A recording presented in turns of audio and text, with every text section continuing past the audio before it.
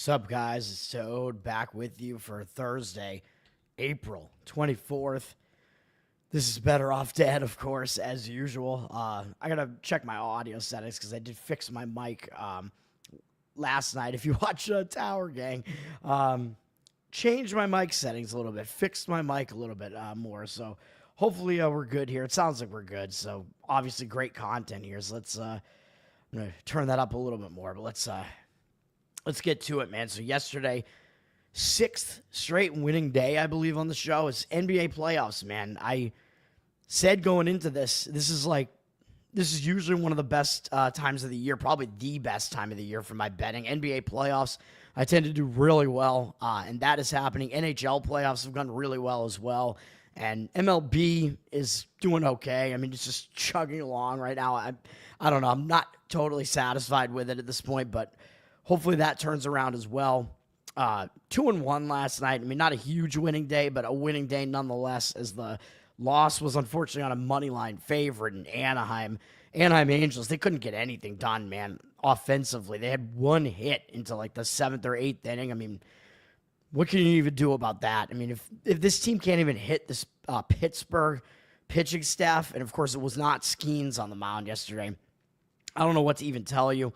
That was a loss, and then we did have wins on the Cincinnati Reds in the afternoon slate, so that got there in a fairly close game, but they got it done. And then we had the Houston Rockets, of course, was the easiest win. That was an easy blowout win. I know Jimmy Butler got hurt in the game; he went down, so we'll have to see what his status is moving forward, but I don't think that's the reason why Houston won and covered that. I think they were going to do it anyway. I mean, that was a big game, big win for Houston. So that's just that was just the way that it was.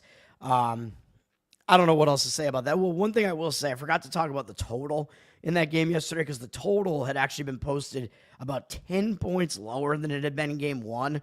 So you think that would have been a big over adjustment to a low scoring game one, and it made sense that there would be value on the over at that point because it was over adjusted, but that still wasn't the case. And I think it still went under again. So it's a good thing we did not take the shot with the over. Let's get into today. NBA playoffs will start off. I'm always still on the baseball screen because I handicapped that last. First game up is Knicks Pistons. This is a 1-1 series. However, the Pistons have kind of had the upper hand in both games, really, to some extent, as the Pistons were dominating game one, and that was the game they wound up losing. And it was because they went on a 6-minute stretch in the fourth quarter where they didn't score at all. And the Knicks scored 21 unanswered points during that stretch, which is almost unheard of. I don't even know if it's happened otherwise this season. I don't know if it's happened in the playoffs before, ever. Maybe it has, but that's just a ridiculous run. I mean, that's like as Evan Maya in college basketball, the college basketball analyst, calls it a kill shot when a team scores 10 unanswered points. In college basketball, of course, it's a shorter game, but still 21 points is almost like a double kill shot. And that's what happened there. But the Pistons, they've played well against the Knicks, man. They played well in the series, and they played well in the regular season against the Knicks. As I pointed out going into the series, the Pistons won 3 out of 4 games in the regular season, so I think there could be a matchup issue here for the Knicks, man. I mean, on the surface, this would look like it would be a zigzag spot because the Knicks won game one, and they actually wound up covering that game. Then they lost outright as like a 6.5-point favorite in game two. Now they're traveling to Detroit for game three, so the thought would be, well, it's going to be a bounce back for the Knicks, right? They're going to be the team to readjust, but I'm not so sure about that, as the public is still on the Knicks side here. 60% of the tickets, only 56% of the cash. We see a little bit of reverse line movement, it looks like, going against the Knicks, down from 2-1. So I don't think I really want to try to take my shot on the Knicks here, man. I mean, it could just be a matchup issue, even though the Knicks, of course, they're the more experienced team. They got the veteran presence there in their team. The Pistons are totally new to this, but then again, this is the first Pistons home playoff game in a long time, so I think the atmosphere is going to be a little bit crazy there, and I don't think I really want to go against that, so I will stay away from that. Total down from 215 to 214.5, juice to the over, so a small move downward. 72% of tickets, 74% of the cash, both on the under. I don't really agree with that either. I think the over might make more sense here. As we get into these mid-series games here. Like basically game one, just in general, you kind of want to look towards unders because the defenses are going to be a little bit more rested in general and probably show up if the teams didn't play in the play-ins or anything like that. Then like game 2, 3, even 4, you might see a little bit less of that and a little bit more tiredness because there's like a quick turnaround time. There's travel. So the defense gets affected by that. But then if you get to like a game 5 in a 2-2 series, or especially a game 7, then the defensive intensity ratchets up again. And in general, you want to look to unders again in those games. That's kind of how we look at this. So I would kind of be looking at the over in this game, as I think the first game of the series had a total in like the 220s, and it went over by like 10 points. And then the second game went under. And now I know we've switched venues to Detroit, so maybe that has something to do with the line move. But now the total's like 10 points lower, so I'm not so sure about that total move either. It might be a little bit of an overreaction there. Second game up is Thunder Grizzlies. And, you know, this might look like one of those zig-zag spots on the surface where you have one team wins both games at home to start out the series, and then they have to switch venues. And, of course, the team that's down 0-2 going home, they basically have to win. And if they're an underdog, they're not even trying to cover a spread here. Like, they're just going all out to try to win the game. And you don't even need them to win the game. So it does kind of make sense to try to take a shot and play that underdog in a situation like this. And, of course, the Thunder, I mean, a couple of easy wins to start off the series, they might just take their foot off the gas and not care as much about this. But I don't know, man. I think this is maybe too much of a mismatch, and the money is coming in on the Thunder, up from 7.5 with juice to 9.5 now with juice. And that money, I mean, that line keeps going up. It's crazy. 66% of tickets, 88% of the cash on the Thunder.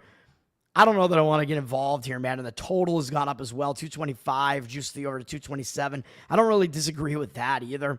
76% of tickets, 97% of cash on the over. I think game 1 stayed under because the Grizzlies didn't do their part at all and got blown out. They played a better game in game 2. I don't remember if that game still stayed under or not, but I kind of agree with the over just because both teams kind of play fast, especially the Grizzlies. And if they're trying to play fast at home, it might make more sense that the over would be the way to look in this game as well. I would tentatively still lean to grabbing all those points with the Grizzlies, just again, because it is that 0-2 zig-zag spot where I think the Grizzlies, if they're going to show up and go all out in a game, it's got to be this one probably. But I don't think I could do it, man. It's too much of a mismatch, so I'll stay away. I am going to be on the last game here, though, of the night, and I'm going to be on the LA Clippers -5, and this, I think, is an anti-public play here, an anti-public favorite, nonetheless. It's Nuggets at Clippers. This is a 1-1 series. Both games have been really close, so I don't think the zigzag comes into play here because neither game was like a weird, like, outlier game here, although game 1 stayed under the total. That was the biggest outlier, really, and I tried to go over the total to zag it in game 2, and that didn't happen either. So in game 2, it stayed under as well. So now we see a lower total again here at 213. Actually, I think the total might have gone up from where it was in game 2. So I would not disagree with the over in this game either, especially because now we're switching to the Clippers. Well, actually, the Nuggets like to play faster, so what am I even saying? The Clippers like to play a little bit slower and play defense, but the money is still coming in on the over, 78% of tickets on the under, 84% of the cash on the over, but I like the Clippers side. They're up from 5 to 5.5 with juice now. It does look like money is coming in on the Nuggets, which wasn't the case about 20 minutes ago. The Nuggets just looked like a very public road underdog, and maybe they still are. 65% of tickets, 80% of the cash coming in on the Nuggets, but I don't agree with it. I'm going to lay the points with the Clippers, and I do think after 2 really close games, and the Nuggets being that kind of named team with Jokic there, I think the public is going to look at this and think this is going to be a close game. This is a very competitive series. I think this line is just too high and want to take the points here. So that's kind of what I think they're going to be doing, and I will disagree with it. I will disagree with it. The Nuggets having to go to the Pacific Coast, coming out of elevation, kind of removing their advantage, playing at elevation as well. I don't think it's a great spot for them, and they're not very familiar with this Clippers' new venue either, as they moved into a new arena this year. So I don't even know how many times the Nuggets have even played there, so it's kind of an unfamiliar venue to them too, so that makes it a little bit of a more weird spot as well, and they're having to go down out of Mountain Time Zone down to I know I think it's only a 1 time zone difference, but still having to play a late night game on the Pacific Coast is also not really that easy. It'll be more difficult for an East Coast team, but still, I think a lot of advantages lie with the Clippers here, and the Clippers have been hot for a while, man. They've been one of the best teams in the NBA down the stretch, and now Kawhi Leonard looks like he's at full force, even though he had such a good game, almost a perfect game last game in game 2, so you don't really expect that to happen again this time. Clippers, of course, won that game to even the series after losing a very close game in game 1, but in game 1, the Clippers had the lead for a lot of the game as well. The Clippers led that game big in the first half, so the Clippers kind of had the upper hand in game 1 too, so that's another reason why I kind of like the Clippers here, is they've been the better team in the series so far, in my opinion, and they've been the better team again recently. As the Clippers, that loss that they took in game 1 was the first loss that they had since March. They hadn't lost in the month of April, which is crazy. And the Nuggets, by the way, in game 2, their loss was the first loss they had since they fired their coach, although they'd only played 4 games since then. But so what can you take away from that? I don't know. But I think because the Nuggets did fire their coach, I think we're going to see some continuity issues crop up for the Nuggets. I don't think that's really that great. And the Grizzlies are the other team that fired their coach late in the season, but the Nuggets fired their coach even more late in the season. So I don't know, man. I think the Clippers are going to be the team with the continuity here. I actually think they have the better overall roster. I think the Nuggets are a little bit more thin on their roster. So I like the Clippers, and that is the way that I'm going in that game. And again, I think it's a little bit of a fade the public there too, because I think the public is going to think that number looks too high. Let's go to the NHL. I didn't have anything in the NHL yesterday, and today I believe I'm going to have 2 plays here. I will go in order here. Florida, Tampa Bay is the first game up. I won on Florida in game 1. Florida wanted a blowout in game 1, and I'm not sure it was really that misleading, even though Tampa did have way more shots than Florida, and Florida scored way more than you would expect based on the amount of shots that they had. They really, like Vasilevsky, I assume, was in net for Tampa, and he was basically a sieve out there, so you might expect that if Florida doesn't have a shot advantage, which they didn't in game 1, then they might regress here a little bit. But they were the way more physical team. They won the face-off battle. And one thing I forgot to mention going into that game where I took Florida, another reason for it was Kachuk came back in that game, and he's basically like the heart of the team for Florida. He had been out for a while, and I know in other sports you talk about the reverse injured player spot where when a star player comes back, sometimes that team kind of takes their foot off the gas and they actually relax a little bit. But I don't think that was going to be the case here in game 1 of the playoffs. That's not going to happen. And in hockey, it's less of an individual sport, so that one player affects the team, affects like the line actually a little bit less than he probably affects the team. Whereas in like football, if you have a quarterback coming back or whatever, that massively affects the line. But in hockey, one guy doesn't really affect the line that much. And I think it actually affects the team more than it affects the line. So I think really that's kind of the way you have to handicap hockey. So I think it was really pretty much just a positive. And he played a really good game too. So Florida does have Kachuk back. So it does look like a zigzag spot because in some ways you could argue that was misleading in that first game just because Florida didn't really have that many shots. Tampa, though, the reason for their shot advantage was because Florida had such a big lead early that Tampa was starting to throw up desperation shots. Tampa still is getting the money here, up from minus 130 to minus 124. It is still a zigzag spot. I mean, they got blown out at home. They really cannot afford to go down 0-2 on their home ice, really. I mean, they really don't want to do that, obviously, even though home ice is worth less than home advantages in other sports, but except for baseball. But 70% of tickets, 93% of the cash coming in on Tampa. So the money is coming in on Tampa. I don't strongly disagree with it, but I don't really have a reason to jump on Tampa either, because I think it's debatable whether or not Florida's result was that misleading in game 1. So I will stay off it. I do have Florida in my bracket, though, as well.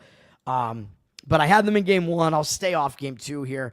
It looks like maybe an under could work in this game as well, as we had just a ridiculous game. The number of shots in game 1 was not high at all, and yet we saw 8 goals come across. So if we see a tightened up game here with better goaltending, this could be an under game as well. Totals dropped a little bit with less juice on the over 5.5. 91% of tickets, only 76% of the cash. Next up, we have Ottawa and Toronto. Also not going to be a game I'm playing. But in this game, the money is coming in on Toronto again, which is kind of interesting. Even though Ottawa is up from -102 to -113, they're at home now and the favorite in this. Interesting, we have the Battle of Florida, and now we have the Battle of Ontario in these series, which I mentioned before, but it's just kind of interesting how that sets up. Ottawa's got 52% of tickets, which kind of surprises me, and then 71% of the cash coming in on Toronto. I don't know if those numbers are accurate, because if you're a public bettor, would you really want to come in on Ottawa here after they lost the first 2 games? I'm not sure that you would, but it is an 0-2 series, so it is kind of that zig-zag spot where a team's down 0-2, coming back home. I mean, this is desperation times here. You do not want to fall behind 3-0, although in hockey it is more likely that a team will come back from down 3-0 than in any of the other 7-game series sports, where it's never happened in the NBA, although my Celtics almost did it 2 years ago. I believe it's happened at least once in hockey, and it happened to my Bruins. It almost happened in the Stanley Cup Finals, I think, last year. Edmonton almost did it. But the Bruins, it did actually happen to them against the Flyers. Very unfortunate. I don't know if it's happened otherwise. It may have happened otherwise in the NHL as well. I think it may have happened more than once. And then, of course, everybody knows it's only happened once in baseball, which was the positive for me. My Boston Red Sox against the Yankees in the 2004 ALCS. But anyway, back to this.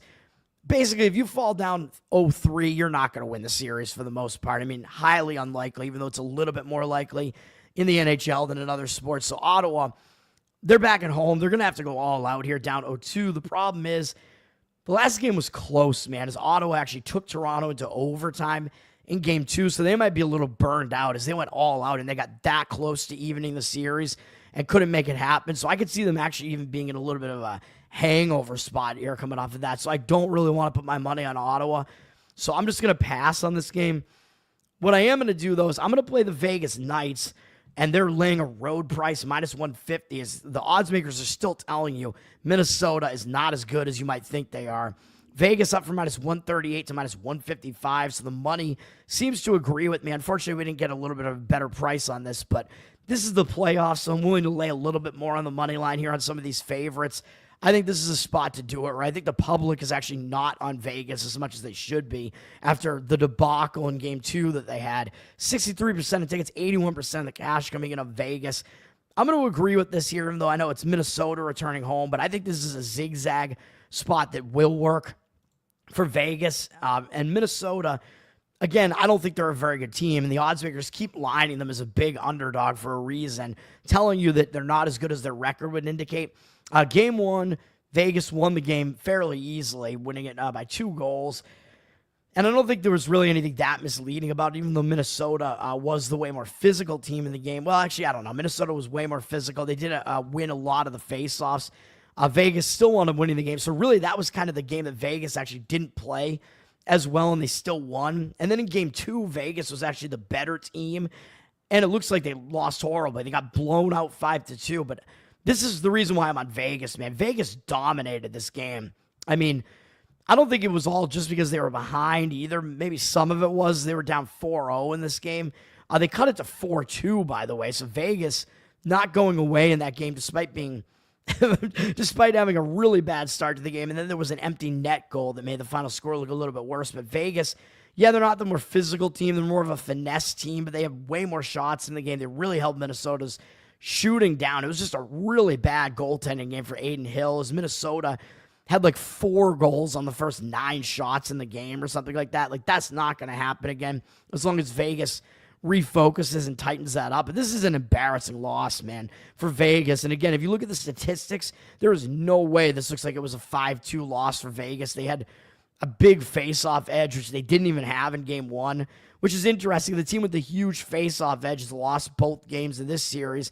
And then in the Pistons series, by the way, Pistons-Knicks, by the way, going back to that for a minute, the team with the with more three-pointers in each game has lost each game, which is kind of ridiculous. And by the way, one more thing I will point out in the Denver series, that Denver, I think, is due to regress a little bit. I forgot to mention this, is they shot like 40% from three-point range in Game 2 against the Clippers. Sorry, I'm all over the place today, but they also had 10 more free throw attempts, even though it only wound up being like 2 more free throws made, but they still went to the line way more, and they shot 40% from 3, even though they only hit like 1 or 2 more threes in the game, but still, if they don't shoot 40% from three again, which they shouldn't because that's a really high percentage, I think Denver, they're due to regress a little bit there. And if they shot that highly from three-point range and still only won the game barely, or actually they lost the game, by 3, they still lost the game. That's not a good sign. So we'll be on the Clippers in that one, like I said. But back to this, we're on Vegas here. I mean, Vegas is the better team. I mean, they're coming off an embarrassing loss. They got to tighten up their goaltending, man. I don't think Minnesota's that good, as the odds makers are telling you. Vegas, they were the better team in game 2 and lost the game. So I don't think that's a bad sign there. I think it was kind of an outlier situation where they allowed so many goals, and I don't think that's really going to happen again here. So we'll go with Vegas there. And then Winnipeg, St. Louis. I'm on this one as well, and I am going to grab St. Louis as the home underdog here. St. Louis, they've been a hot team, and everybody likes Winnipeg, man, because Winnipeg had the best record in hockey. But again, it's that President's Trophy curse, man. I'm not saying they're going to lose this series. I don't think they're going to lose this series. They shouldn't, but this is a spot where it's just like with Ottawa, although I like this one better than the Ottawa one, and the money seems to agree with me on this one and disagree with me on the other one. Team down 0-2, man. I think this has been a close series so far, which is why I like this one. A team down 0-2, you know they're going to go all out. And unlike Ottawa, who's actually a favorite at home right now, St. Louis is still a little bit of an underdog. So you're getting a better price here. Winnipeg down from minus 123 to minus 118. They got 56% of tickets with 62% of the cash on St. Louis. So the money is coming in on the St. Louis side. Some reverse line movement here. And I agree with it, man. Winnipeg, yeah, they're definitely a good team. They're better at home than they are on the road, even though they're good both ways. But St. Louis is a better home team than a road team. Winnipeg is a decent road team. Very good home team, though. So I think shifting venues like this, I think will benefit St. Louis. And again, it's 0-2, and you're getting an underdog price with St. Louis at home. And St. Louis has actually played pretty well in this series. You know that St. Louis is going to come in and show up here, man, and go all out in this game. Winnipeg, game 1. I mean, game 1 was actually a close game. This was a 3-3 game with a minute and a half to go, man. So even though the Jets won 5-3, they scored a goal in the final minute and a half, basically, and then they scored an empty net right after that. So this game was way closer, and St. Louis was the more physical team. They won the face-off battle, won the hits. They just got outshot in the game. But they did play pretty well in that game, and they actually played well in game 2 as well, which was a close game as well. They only lost 2-1. So kind of a zigzagging of the totals there after a high total in game 1. This game went way under, and this game was tied in the third period as well, although the Blues were basically losing for the entire third period. So you might say, well, they're going to be in a hangover spot as well because it was a close game, but they didn't lose as dramatically as Ottawa did, man. Ottawa went into overtime and lost that game. I think that's going to set up more of a hangover spot than this will. I mean, this is a game where the Blues were losing for an entire period, so I think that's going to be less so the case here. I like how the Blues have played in the series so far, though, man. Based on the statistics, they played well in both these games. This is a very close game statistically in game 2. Like, basically all across the board, it was a close game.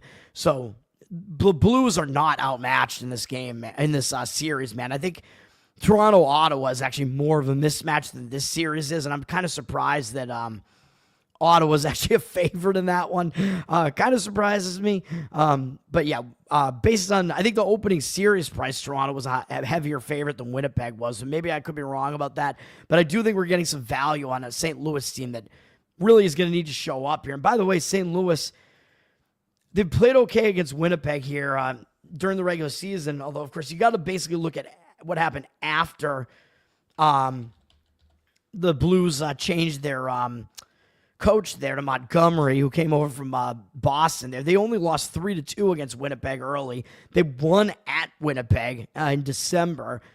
They lost in a shootout. So they played competitive games basically in every game, and that was with Hofer in net as well, and not Binnington, who was their better goalie. And then they did lose down the stretch in the final game that they played against Winnipeg. But even so, St. Louis, man, I mean, they've done pretty well against Winnipeg. And by the way, that latest loss to Winnipeg, and they still have not avenged this loss, that ended their longest win streak of the season. That ended their 11-game win streak. So they're still looking for revenge for that as well. So that's a little bit of an extra motivator for the Blues as well. But that was their least competitive game against Winnipeg as well, as they Their other 2 losses to them, they lost by 1, and 1 was in a shootout. And then they won the other one actually on the road, which is pretty insane. And I don't remember if I was on the Blues in any of those games or not, but that's what's going on there. That's our hockey for today. 2 plays after I didn't play anything yesterday. Now we'll go over to MLB.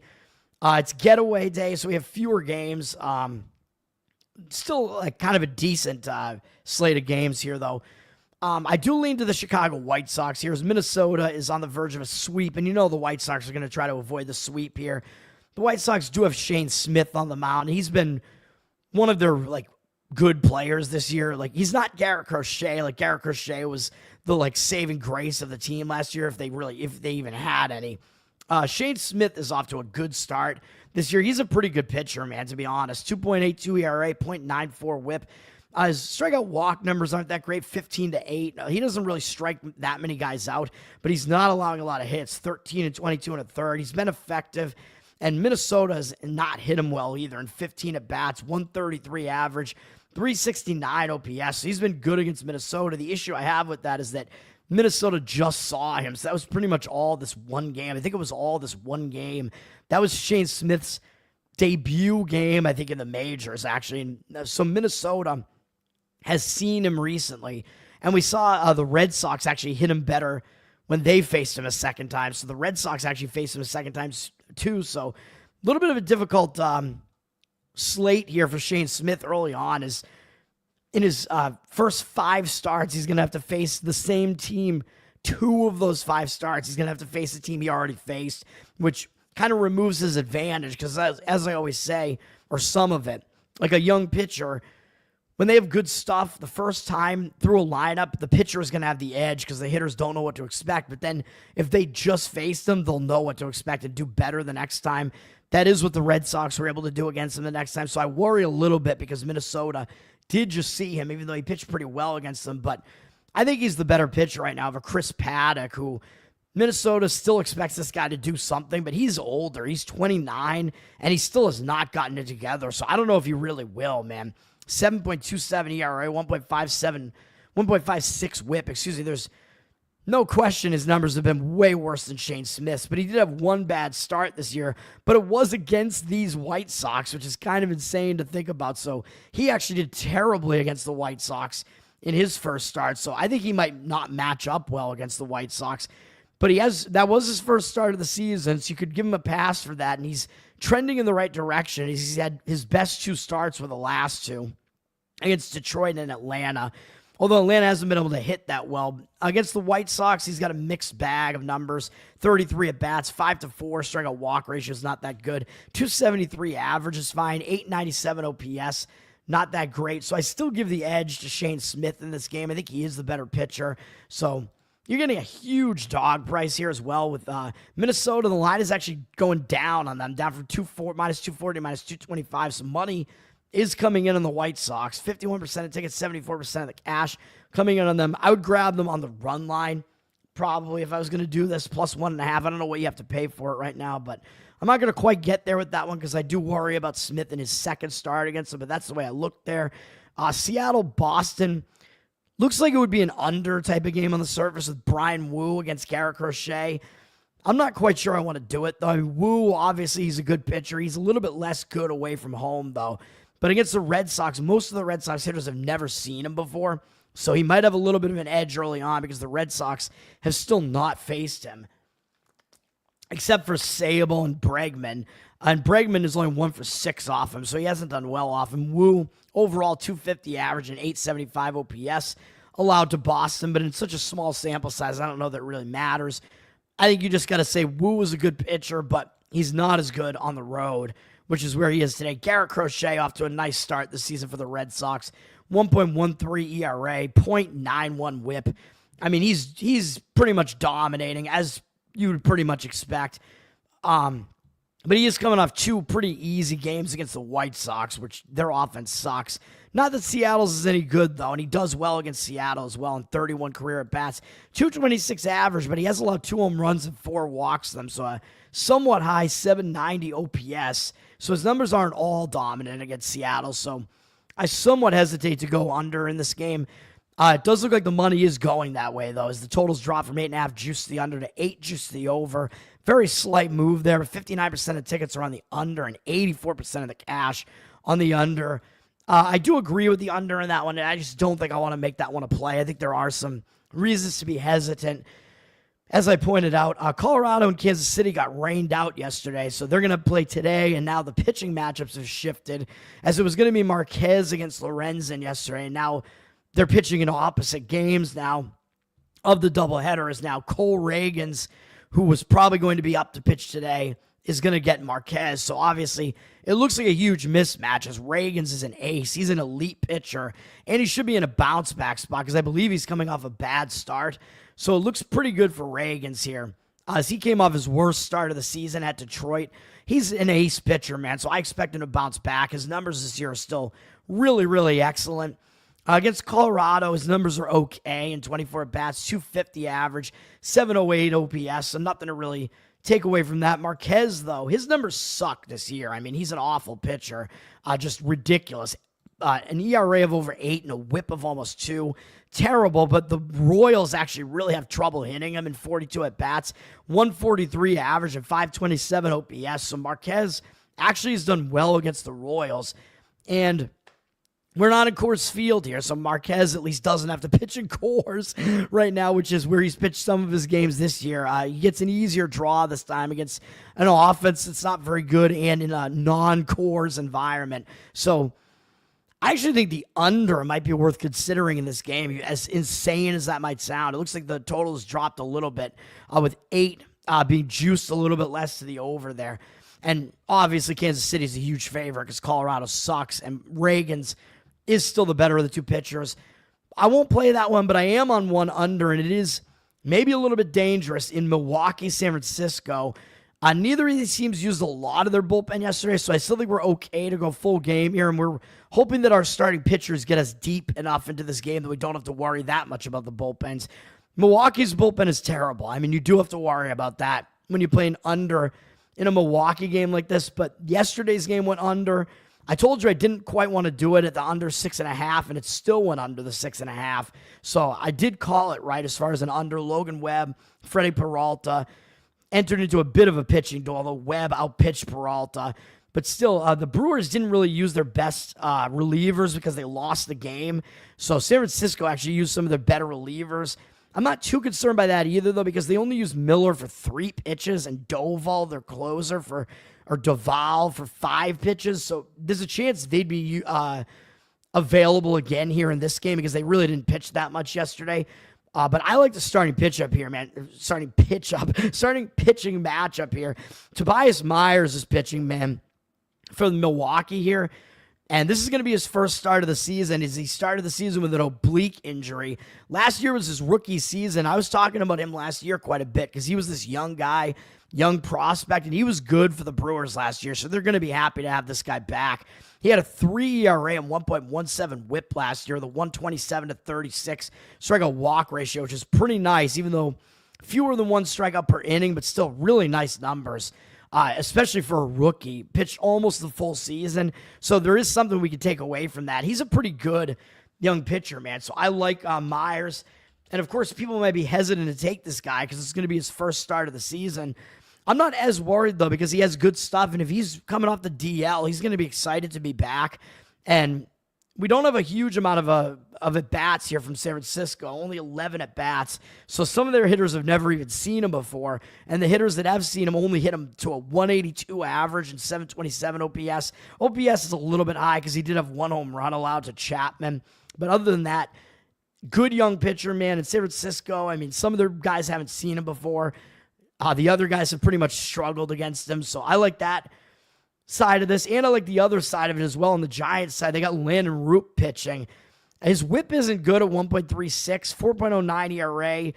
Doesn't look that great, but he's, I think, trending well right here. So he had a really nice start against Anaheim his last time out, and his strikeout numbers are really good right now. 29 strikeouts and only 8 walks in 22 innings. That's pretty good, man.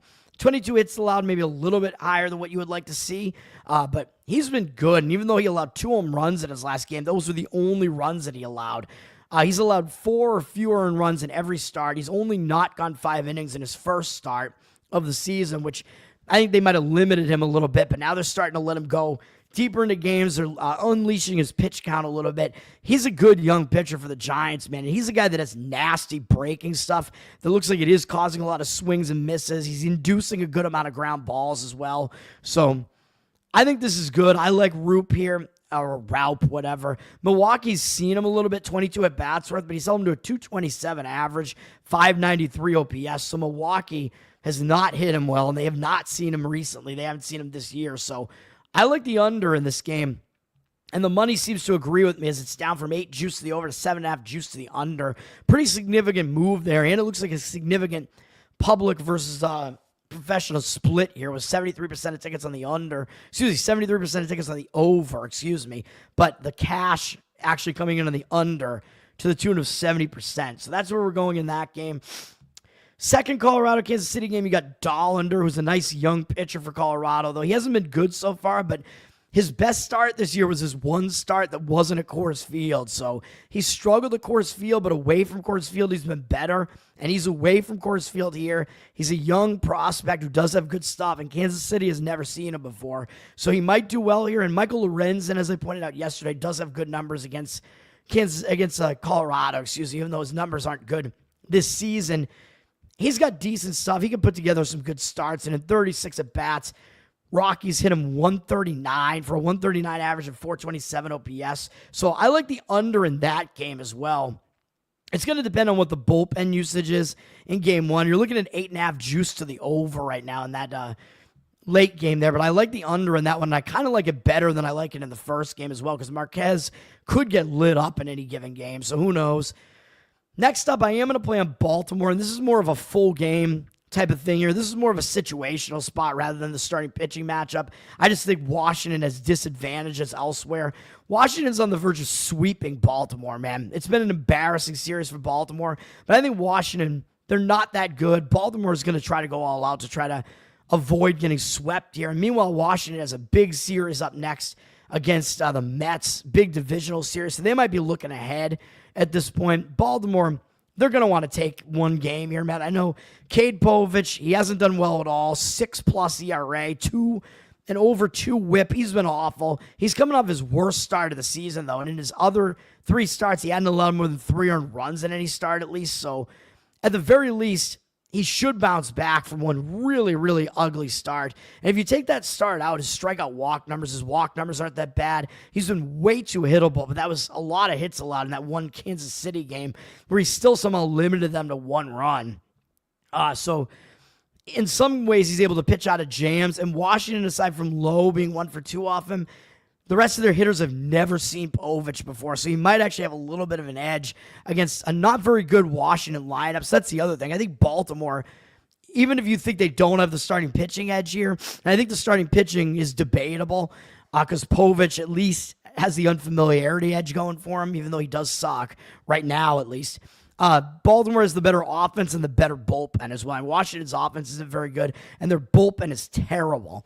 One of the worst bullpens, or probably the worst bullpen in the majors right now. So even though Mackenzie Gore is off to a good start, his numbers against Baltimore are not terrific in 19 at-bats, 6-4 strikeout walk ratio, 263 average allowed. Not terrible, 704 OPS, not terrible, but I don't know that I would say he at least does not have a huge upper hand here. And I think once we factor in the overall situation, like I said, the sweep avoidal for Baltimore, the look-ahead spot for Washington, Washington having a terrible bullpen, I think we got to tip the scales to Baltimore here, and the money is coming in on Baltimore.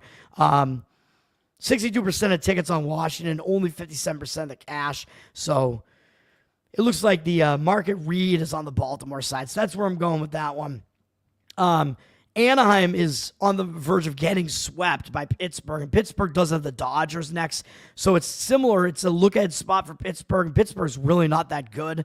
So Anaheim is trying to avoid the sweep here. So I think you got to give Anaheim the edge in this one, but they're a bit too public for my liking, and the line has actually dropped a little bit on them, but the public is heavily on Anaheim, and I do think their record is misleading, as they're not as good as their even their 11-12 record looks, the public just really doesn't like Pittsburgh. I mean, I don't trust Carmen Lodzinski, though. I mean, his numbers are terrible. You don't know how deep he's even going to go in a game. Like, he'll go probably less than 5 innings. LA in 5 at-bats, or Anaheim hits 400 off him in a 1,000 OPS. I mean, very small sample size, but Tyler Anderson, shockingly, is actually pitching really well this season, but I don't think he's all of a sudden figured something out at the age of 35. I think he's going to regress as well. His numbers against Pittsburgh in 60 at-bats just aren't that good. 267 average is okay, but an 800 OPS is not very good. I don't trust Anderson. I think he's not as good as his numbers are so far this season, even though he is pitching well this season. But he hasn't sustained anything like that for a long period of time, I don't think so. I don't really trust him, so I really can't just play Anaheim here, even though probably would slightly lean to Anaheim because they are trying to avoid the sweep. Tampa and Arizona, I lean to the under with Rasmussen. Actually has really good numbers so far this year. Good numbers against Arizona as well, I believe. Burns, I believe, has pretty good numbers against Tampa as well, even though they've seen him a bunch because he was on Baltimore last year. Burns, kind of a rough start to the season, but he's starting to put it together as well. I mean, he's still an ace. He's good. So this total is quite low, though, at 7.5, so I'm a little bit worried. It's actually way down from 8.5 juice to the over to 8 juice to the under, so significant movement on the under. 62% of tickets, 96% of the cash on the under. I agree with the under, but it's a little bit difficult to do with not that much wiggle room in a pretty hitter-friendly park. So I'll stay away there. And then we have Texas and the A's. Jacob deGrom pitching for Texas. I mean, he's trying to work his way back from injury. He's a decent pitcher. His numbers against the A's actually aren't really that good, though. JT Ginn, young pitcher, was off to a decent start this season as well, and his numbers are okay against Texas. So what do we take away from all that? Who knows? That game's one of the biggest crapshoots on the board. But that's going to do it for me, man. Tower Gig Tone on Twitter. Patreon.com/Tower. Going to go check out last night's episode. Peace. And thanks, Anna. I apologize. Thanks. Peace out. Oh, Anaheim. Yeah, I called you. That's right. Have a good day, everybody. Anna especially.